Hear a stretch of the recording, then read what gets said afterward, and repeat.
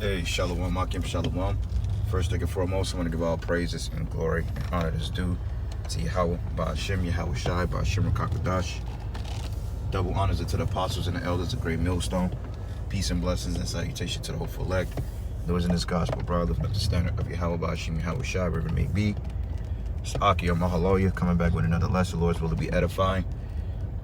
Title is going to embrace yourselves. It's going to get bad real fast. Inspiration comes from the brothers down in Miami.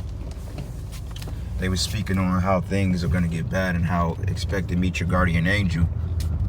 Lord's will, we be delivered from this common hell, man, because each Israelite, especially the men of the Lord, have a hedge of angels around them. That's why it tells you the angels are camping around those that fear him. So, who knows what type of dangers we could have befell or that was attempted to overthrow us or thwart us, and the Lord just did away with it without you even knowing about it. Sometimes coming out for work in the morning, who's to say that it wasn't a damn Rottweiler out there or a pit bull or some type of beast trying to take you out, man?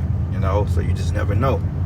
So you gotta always count your blessings and say to what he held by Yahweh Shai, even through all the hell, even through the catching hell of this place and going through your trials and tribulations, you still gotta praise Yahweh Bashim Yahweh Shai, man. Okay, because ultimately it's him that keeps us breathing, all right, and keep us safe from our enemies, man.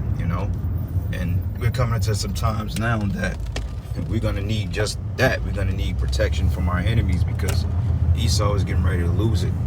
You see, with these prophecies coming to pass and the men of the Lord waking up at a faster rate than ever. This devil, he's really making moves, man, because now they're talking about the MOTB directly in the news, but yet you still have men that call themselves Israelites that's still going against that, still negating that prophecy, okay, when it's plain as day that they want to put everything into a digital infrastructure, and I will say it that way, okay, because the scriptures say so, man. Revelation 13 and 16. Okay, it says he calls both small, great, rich, and poor to receive a MOTB in their right hand or in their foreheads. Okay, you cannot buy and sell this save he that had the MOTB. Okay, that's in the scriptures. So there's no way around it. So how can a God say that, well, that ain't talking about that, but never break it down to its entirety? You say, oh, it's a philosophy. Okay, well, if it is a philosophy, because we know that Esau's witchcraft, his deception, it is philosophical based in many ways. But how can you buy and sell with the philosophy, man? Doesn't make any sense. We slightly went into that on camp. How can you buy and sell with a philosophy? You just can't. Okay, it doesn't make any sense. This ain't the great debaters, man. But nonetheless, these are the same men that's gonna get caught up in the hell that's coming, because the scriptures say wisdom and knowledge should be the stability of thy time. Okay, so how is that? First and foremost, know the name of Yahweh Bashim Yahweh Shai. Calling and believing on those names is what's going to be our primary aid throughout the dark days ahead. Okay, have you been doing the work? Have you been focused? Have you been diligent? Have you been brotherly? Have you been enduring your cross? Things like that. Getting in tune with the power, speaking to the Most High, whether it's through reading, meditating, watching videos, studying, whatever. All right, but have you been doing what you're supposed to do? And if you had, to the best of your ability, then you have nothing to worry about. If you feel you could do better, step it up and pray the Lord have mercy, man. Like we all need mercy, man. And that's the main way how we're gonna make it through this hell, is through mercy.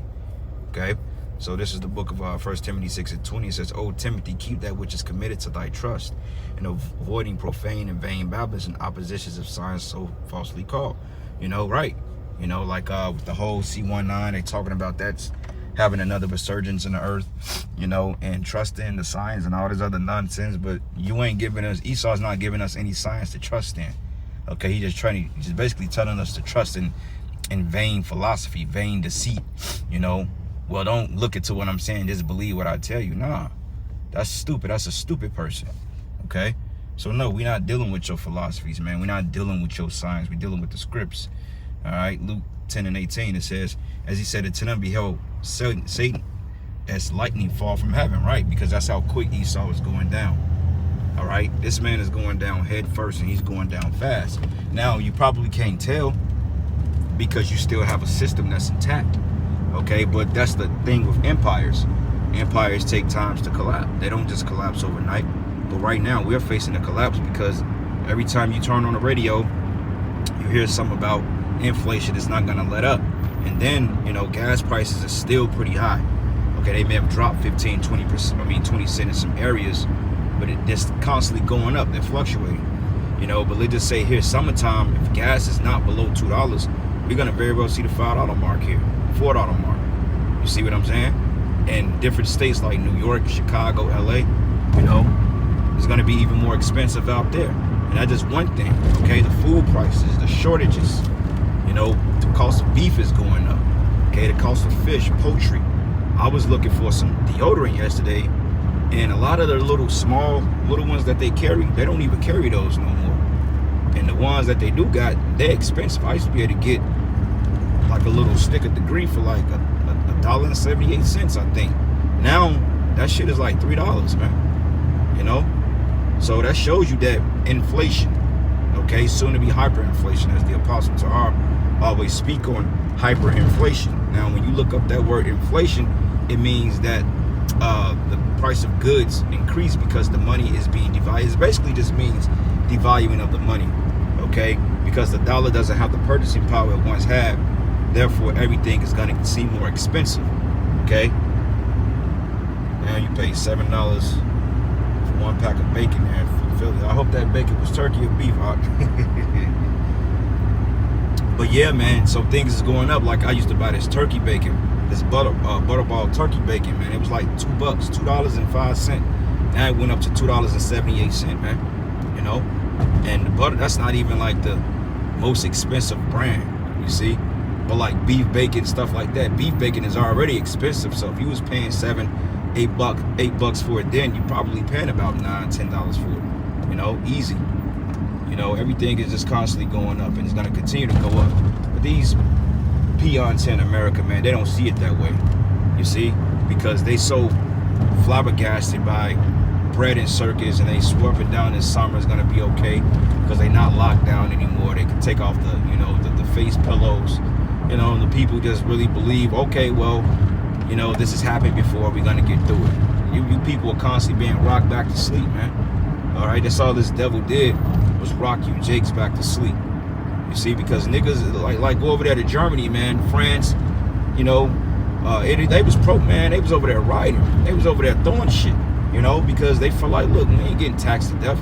You got people that really go out and fight because they're being taxed. Unlike you people in America, you have your taxes is due today. And the crazy part about it, I ain't even do my shit. I was like, I don't even give a fuck. I need to do it.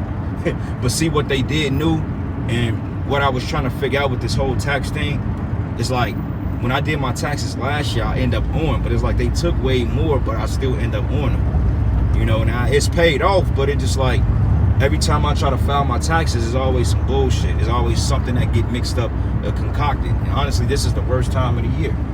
You know, once December 31st hit and they start sending out those W-2s, I'm like, here we go. You know, because it should just be straightforward. You put in your information, you get your money back. Well, at least a third of it, not even that. Okay, they really rip you off.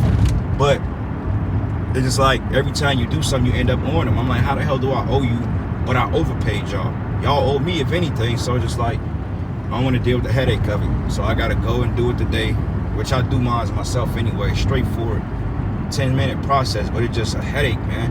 You know, dealing with this shit. You know, everybody brag, I'm going to get X, Y, and Z back, man. Look, ain't nobody finna get nothing back in a little while because, hey, you ain't going to have no tax returns to file, man, at the end of the year. Because this system is getting ready to crash, man. All right? And I'm surprised that it hadn't crashed completely yet, because you people is the one that's keeping it afloat. You don't mind paying overly in taxes. You don't mind them increasing the cost of living every year. You don't care about Esau doing X, Y, and Z. As long as you got a job to go to, which you're not even getting all your money. But as long as you got a job you go to, then you straight, man. You know, because like I figured out too, now when you fill out the W-4 forms, they don't give you those like those exemptions. You know, it's not like an exemption, but they don't let you do allowances no more. So you can file out the least the taxes, at least not to Jake. Now, this idiotic coworker I work with, this guy claimed that he's still able to fill out his itemized deductions and get the most, well, you know, they take out less tax. But I didn't have that option to do that. So I'm thinking it's because, you know, they put Jake in a higher tax bracket, because a lot of people was filling out for those deductions, man, because they don't want to be taxed. That people need their money. You know, how the hell do you feel somebody taking 30-40% of your paycheck every damn week, every 2 weeks, but yet at the end of the year you still don't get all of it back? So people was like, we gonna do our deductions, but the IRS like, nah, fuck that. We gonna stop some of you from even doing that because we want to tax you to death. We want to weed you out. That's all it is. It's a game of Monopoly. It never ends, man. You know, this is a wicked system. You know, so we got to get the hell up out of here, man. All right, 2 Corinthians 2:11, lest Satan should get an advantage of us, for we're not ignorant of his devices, right?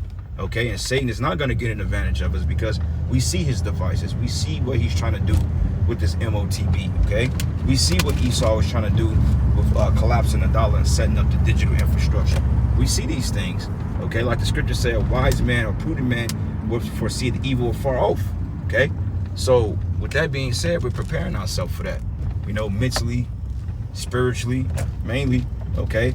Some brothers even physically, you know, by keeping themselves in some type of decent shape, because we might have to run. Ain't no might, you will have to run eventually from something, you know, unless you get spiritual power. But even then, you know, we don't know how everything is going to play itself out, but we know what the scriptures say. But still, you know, we got to live through the play out and see how the Lord is going to set it up. All right. But anyway, man, can't wait till this shit is over. I'm tired of working, but you know, I want to see peace. Like that sky, that's peaceful, man. You know, that's peaceful. I can't wait till I'm able to wake up in my palace in the morning and just sit on my beachfront and just look at this without having to be around a fucking Edomite or being tired or have to go in and work, you know, being woke up out of your comfort zones. I want peace, man. I want paradise. And to show you how wicked Esau is, here we are in pretty much the end of April, and yet the leaves ain't even sprouting yet for real. Like a couple years ago, those leaves would have been sprouted by, I want to say, early April. They not even sprouting because that's how dead everything is. Everything is dull, is dead.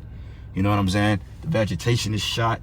Look at this. We are spring, and yet it still look like we're in the fucking winter. Because this nigga is spraying all that shit in the air. He's playing with the weather.